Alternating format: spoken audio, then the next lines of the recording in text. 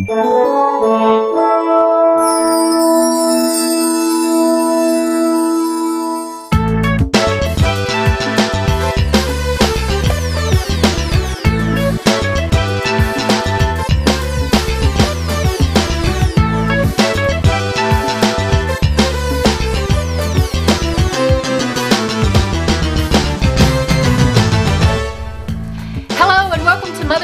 new show for moms everywhere. Each week we like to give you a little insight and some news and things that are happening that can only come from a mother blogger herself. We are blogging from all over the country, and we want to give you our thoughts on what's going on about parenting. We blog about our families, our lives, our kids, mainly our kids, because you know what? They're around all the time. Who knew? Nobody told us that when we got pregnant. Anyway, my name is Stacy Dymalski, and I'm coming to you from Park City, Utah. And you may know me from my popular comedy blog, From Nonsense to Mom's Sense of Humor, How My Life as a Stand-Up Comic Prepared Me for Motherhood. We hope you enjoy the show. We are building a following. We're getting more and more people tuning in every week, and we want you to tell people about us. Come and join the show. We can't have the party without you, so be sure to tune in and tell your friends to tune in. Now I'd like to introduce the mother bloggers on the show. Joining me is Heidi Ferrer from Los Angeles, California. Say hi, Heidi. Hi, Stacy. Hi, ladies. I'm Heidi Ferrer from girltomom.com, trying to become a grown-up before my kid does. Great, Heidi. And next from Connecticut, we have Susie Johnson. Take a bow, Susie. Hi, everybody. I'm Susie, and I write NotYourAverageMom.com. And next from Chicago, Illinois, we have Jennie Marshall. Hello there, Jennie. Hey guys, it's Jennie, and I'm coming to you from the freezing cold city of Chicago, and I write KnuckingFutsMama.com. And finally, from Washington, D.C., we have Amanda Rodriguez. Say hello, Amanda. Hi everyone, it's Amanda, and I write at ParentingByDummies.com. Happy to see you again. Great to have you, Amanda. And we are the mother bloggers, so let's just jump right in with today's show. You know, as a mom, everybody goes through that period where you have a little bit of guilt about something. It could be that you told a little white lie to your child, or you said that you would show up somewhere and then you forgot because you got so busy. I have a bit of guilt about some things that I have put my sons through just by virtue of what I do for a living. I have always worked in independent film, both as a filmmaker and editor, different kinds of things. And I've been paid to go on shoots, but I don't want to hire a crew. So when my kids were little, I used to tell them that they had to come with me. And it's kind of like borderline child labor law, except I'm their parent, so it doesn't really matter. So I would make them hold a boom. I would cram them into small little spaces and hold a microphone. I would make them stand below somebody who was talking and they were holding the mic. And the lights would make these people all sweaty, so my kids would have to endure this stench of body odor while somebody was talking on the camera. I made them wrangle cords. I did all of this stuff in return for things like taking them to Chuck E. Cheese. That's all they got. So now that they're a little older, they're a lot wiser, and they will not help me out with my work, unless of course it's something that they want to do and post some goofy YouTube video on their own YouTube channels. But I do have a little bit of a guilt that one time I did have to put my younger son in a trash dumpster because that's where we got the best sound, and unfortunately the trash had not been dumped. So that's my little confession of guilt about my kids. And I know every parent has got one. So Jennie, I'm going to pick on you. Give us a little confession about what guilt you have when it comes to your kids. Well, as moms, I really do wish that the guilt would roll off our shoulders like the kid boogers that are often left there. Unfortunately, though, I find myself going to bed at night and beating myself up repeatedly about the things I did wrong during the day. But, you know, you're going to make mistakes and you're going to feel guilt every day, and you just do the best you can, and that's all you can do. I have a little vlog that I've put together about something that I seem to be the queen of, which is throwing away important papers. I've been busted more times than I could count accidentally misplacing art projects and my kids dig them out of the trash and wonder how on earth they got there. But here is this week's vlog talking a little bit about something that I most recently have felt sincere guilt about. So take a look.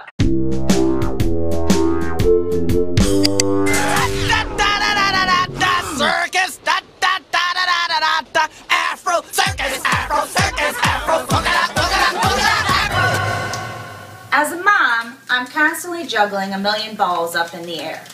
It's hard to keep track of everything when you're trying to run a household. So I have to tell you that sometimes I make mistakes, and yes, I feel guilty about it at the end of the day. But all I do is the best that I can do. Now with artwork and projects and things that my kids do, I really do try to be a good mom and proudly display them on my walls in my kitchen. You can see I have quite a collection built up here. Sometimes, however, I screw up and throw things away that were supposedly important. But it's hard whenever you live in a family of pack rats. Take, for example, my counter, or what used to be my counter. It's hard to find anything in this mess of junk. I can't help it if sometimes I throw things away, can I? Mommy, do you know what my project is? I don't, honey, but you're welcome to look in Mount Trashmore over here. Good luck finding it, because I sure as heck don't think I could. I don't even know what project it is. Mommy, you threw them away! I didn't know that that was something that you needed for school. I thought that was old. I'm sorry. Gosh, how am I supposed to know that this is a school project? Look, it's even falling apart. Mommy, I can't find my spelling words. You know, why do I have to keep track of everything? You guys can keep track of some of these things on your own. You're welcome to look through the pile of junk here on the counter. Well, you probably threw it away again. Why would you think I threw it away? I never throw things away.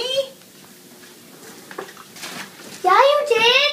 Oh my gosh, I'm sorry. Why don't you guys put it in a safer place? Jeez, again, one more thing for me to feel guilty about. I guess this mom guilt really never does go away, does it? Ugh. Afro circus, Afro circus, Afro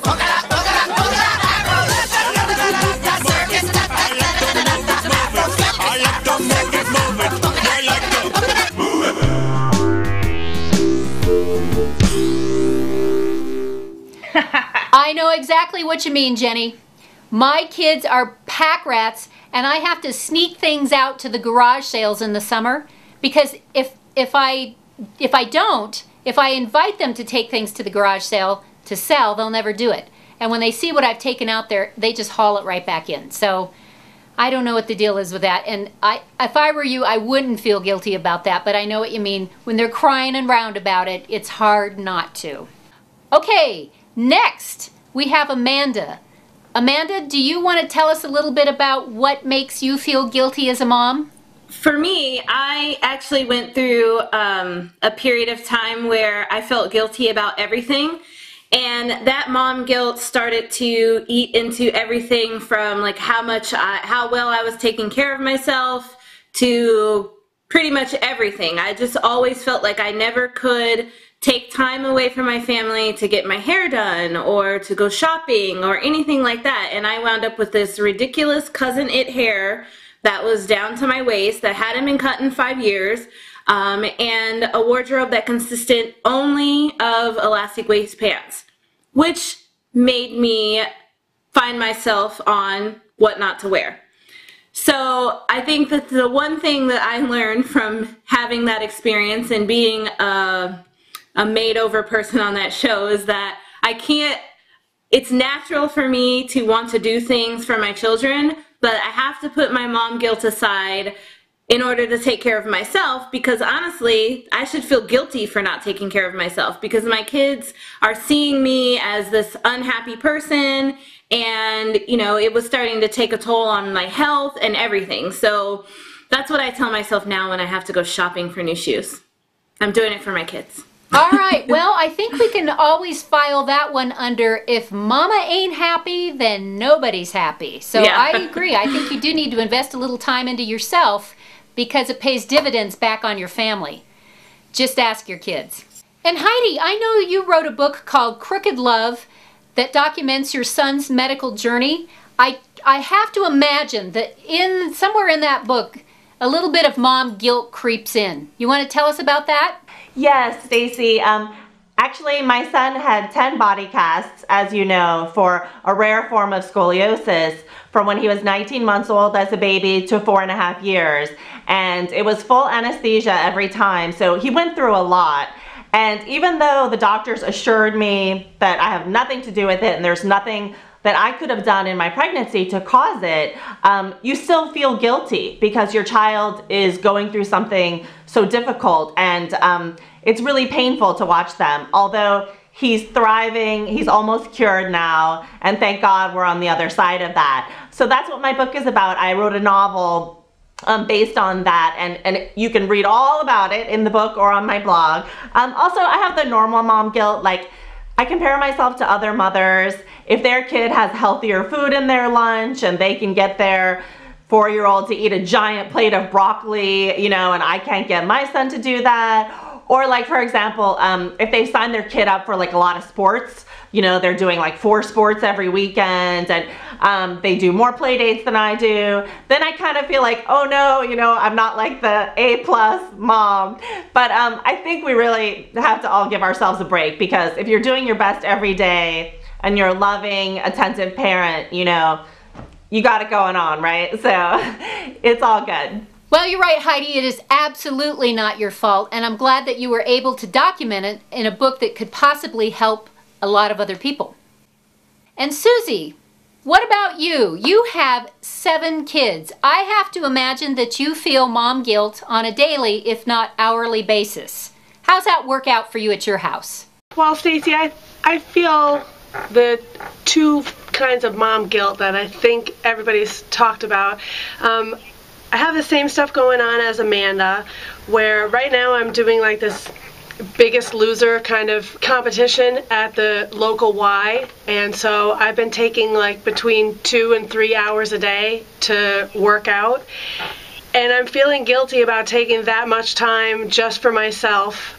But like Amanda, I know that in doing this for me, it's making me a better mom, and it would be better for me to be in a good mood and really present for an hour with my kids than be cranky and bitchy and short-tempered with my kids for 5 hours. I understand. So I know it's not really something that I need to feel guilty about, or that I should feel guilty about. Yeah. Then the other part of mom guilt, I think, is when you do something that really hurts your kids, like Jennie was talking about with, you know, throwing something away that your kids need and upsetting them. And when my now 7-year-old was an infant, when he was just a couple weeks old, I was in bed and I fell asleep while I was breastfeeding, and I dropped him on the floor, and that was, you know, probably the most horrible moment I've ever had as a mom. And it took a really long time, even though it was, you know, it was a total accident, and he was fine, thank God, but that was a tough one to get over. And I think it's, you know, sometimes there are things that happen and they just happen, and beating yourself up over it isn't, it's not going to make it any better. And, you know, as long as you learn from, you know, whatever it is that happened, then that ultimately makes you a better parent, I think. Oh my gosh, Susie, I've actually had nightmares before about that exact same instance of breastfeeding and then falling asleep and have my son fall on the floor. I had that as a reoccurring nightmare, which it never happened, but I would wake up in a panic, so relieved that that didn't really happen. So I can only imagine how you felt.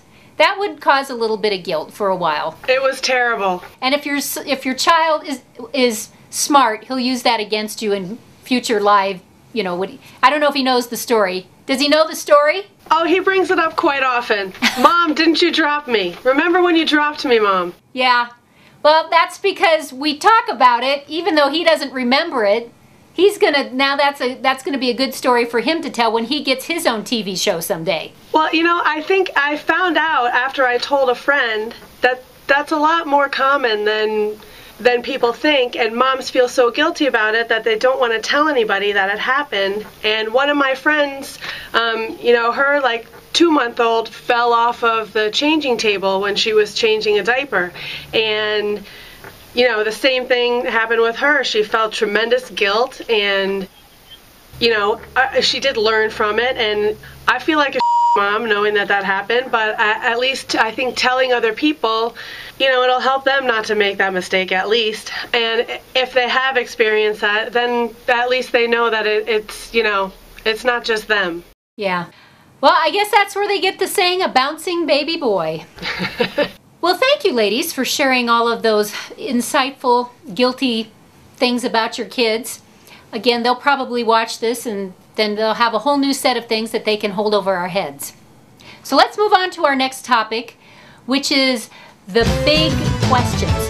We've all had those moments when our kids come to us and say, Mom, what's a, and then you fill in the blank, or where do babies come from, or any of those uncomfortable things that you have to talk to your kids about. Personally, in our family, I was the one who had to be the person who told my kids the facts of life. And when I told my older son, when it was time to talk to him about it, he was in 3rd grade, and I told him, you know, where babies came from, and his response was, when the talk was all done, well, that's really interesting, Mom, but I will never do that. Yeah, well, he's a teenager now, and let's hope that he still hasn't done that. But anyway, I knew he would change his mind eventually. So, Amanda, what are the big questions that your kids have come to you about that were kind of uncomfortable for you to answer? Well, I will say that I have been dreading the talk with my just turned 11-year-old for so long. It was something that, like, I went back and forth with my husband. Are you gonna tell him? Am I gonna tell him? Like, he's just always been this very innocent child, and I felt like since he was my first one, I wanted to keep that and hang on to it. And I felt like I was the one who was going to be changing his life when he found out. Well, we just had the talk because they were going to watch the video in his 5th grade class, and obviously he knew more about it than I thought he did. And I was freaking myself out for no reason because he was actually very nonchalant about it while I sat there covered in sweat. And I think that I did do some things right leading up to it. We've always been very open about our bodies. I talked to him a lot about how he was changing. I just never told him about doing it before. And so now that I think when we got to that point, it was kind of just, oh, okay, no big deal. You know, we kept it scientific and it was fine. Another thing that my younger children have, my youngest especially, has a hard time, I guess, in conceptualizing is like the whole heaven and hell and God and devil thing. He's constantly asking me questions about that. And, you know, we go to church. We don't go to church as much as we should.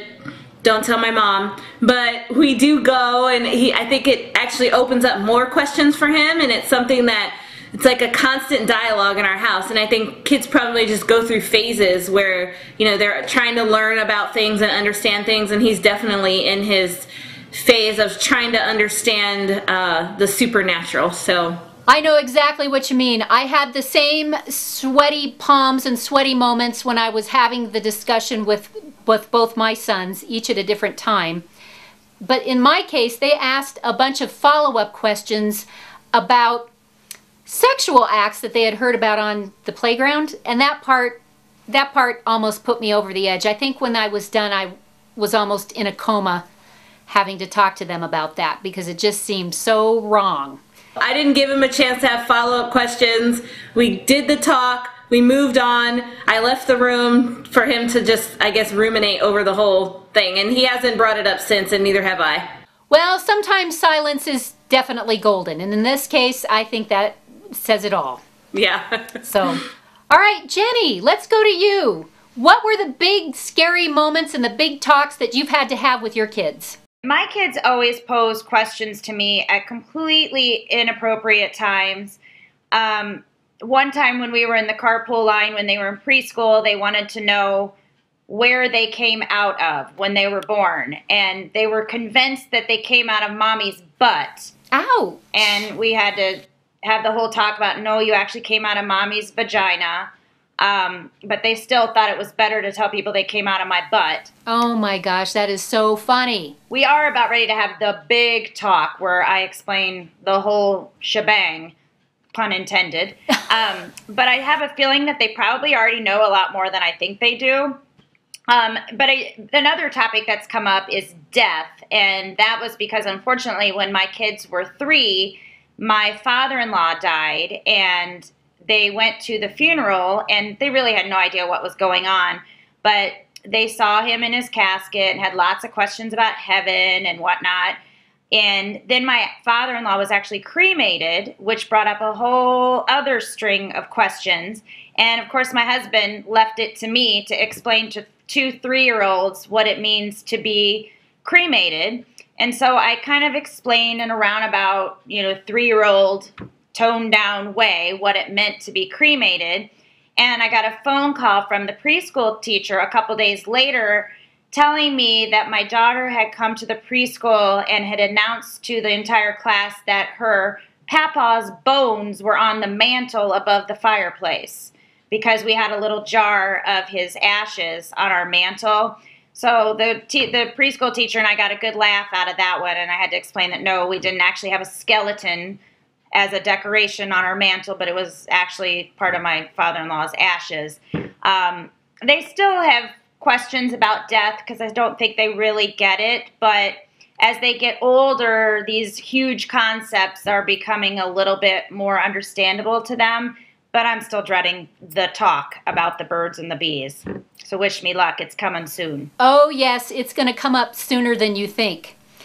Getting back to the preschool calling home about an inappropriate question or comment, when my oldest son was in preschool, I was working on a movie that it wasn't really a kid's movie, but it wasn't something you would want to show your 3-year-old either. So I had an editing studio at home. He came in and I turned off the monitor and he goes, "What are you doing?" And I said, "Oh, I'm working on a movie, but it's for grown-ups, so you really can't see it." So he left. Well, then the next day at preschool, they asked, "What do your parents do for a living?" And at the time, my husband was a stay-at-home dad. And so he pipes up and he says, "My mom makes adult movies and my dad doesn't do anything." And that prompted a phone call home from preschool as well. Only the teacher wasn't laughing about it. Living in Utah, she was a little concerned about, family values. So I had to explain to her what we did for a living and how it all worked out. And then we all got a good laugh about it. But the phone call was quite uncomfortable up until that point. Okay, let's move on to our next mother blogger. Susie, with all those kids at home, you have a lot of uncomfortable talks coming up. Have you figured out how you're going to do that yet? I've been pregnant so many times that my kids almost don't know me any other way. And that just kind of leads to a pretty big openness about your body and how it works. And they've seen lots of babies developing over time and a lot of breastfeeding and a lot of boobs getting whipped out. So they're not really uncomfortable with talking about the bodies, and I'm not really uncomfortable talking to them. In fact, my 7-year-old, a couple months ago, he just, came into the kitchen, and I guess he's realizing that his body is starting to change, and he walked into the kitchen and he just said, "My testicles, will somebody please talk to me about my testicles?" So we're pretty open as far as that goes. They don't know exactly how everything works. This is number 3. Where do babies come from?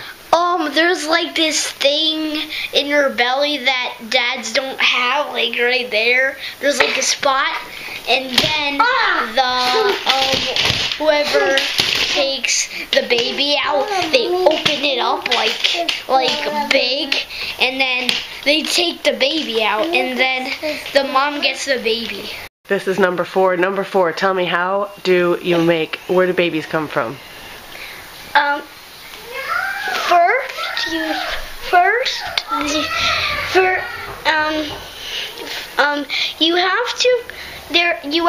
You have to have a mommy and a daddy to make one baby.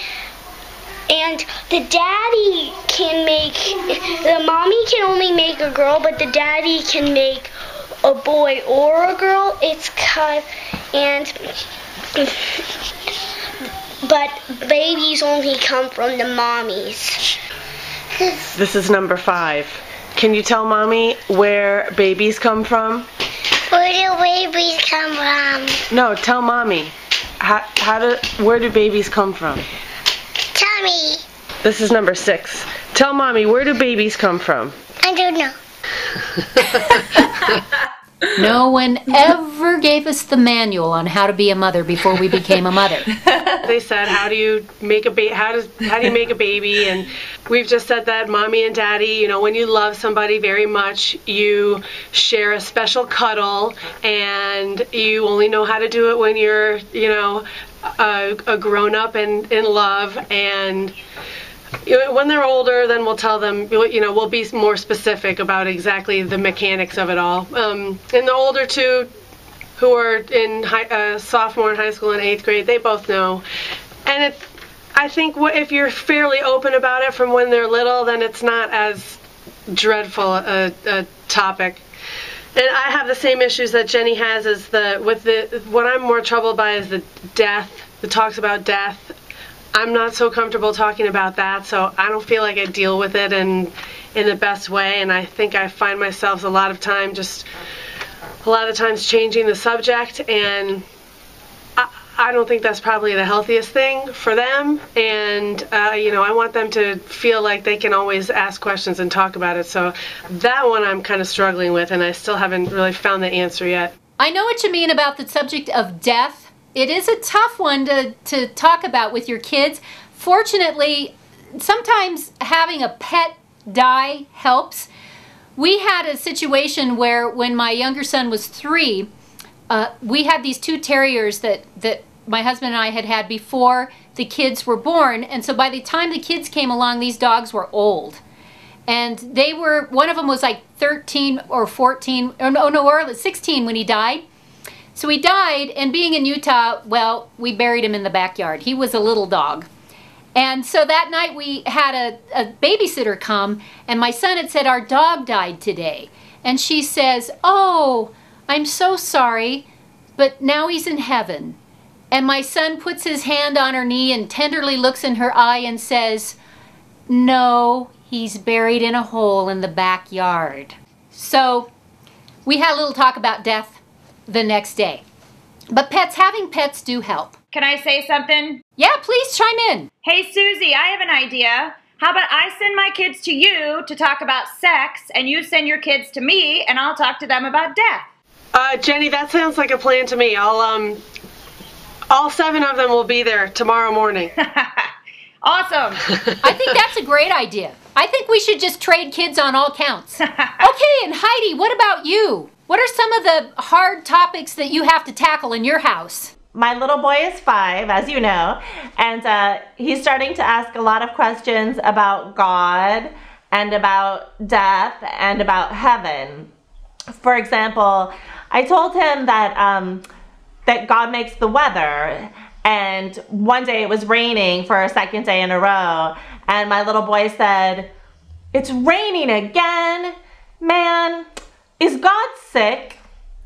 So that's the kind of thing he comes up with. He also says, he said to me, God made all of the people alive, right? And I said, yes. And he said, but God made the good guys and not the bad guys, right? And, that's a hard question to answer because obviously God made everybody. In my viewpoint, I happen to be Christian and spiritual and, open to a lot of other ideas.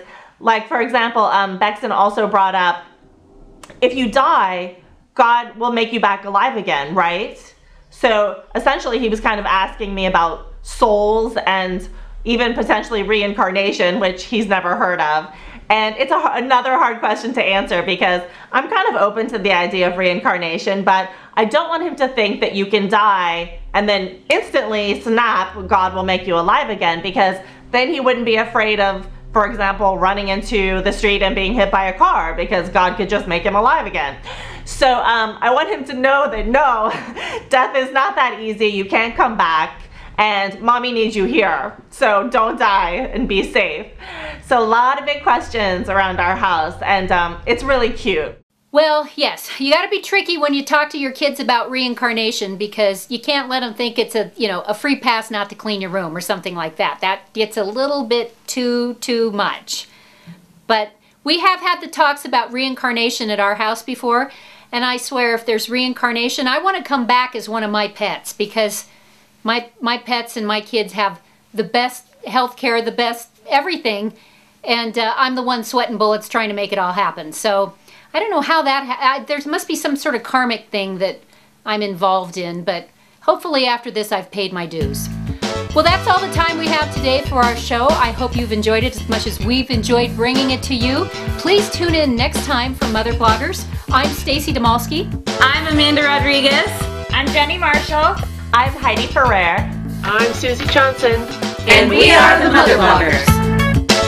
Hey moms, stay up to date with us on Twitter at Mother Bloggers and at Facebook.com/MotherBloggers. If you're a mom blogger and you would like to be a guest in this show, go to firstrun.tv/MotherBloggers. And if you're a blogger, please blog about Mother Bloggers Show and help us spread the word.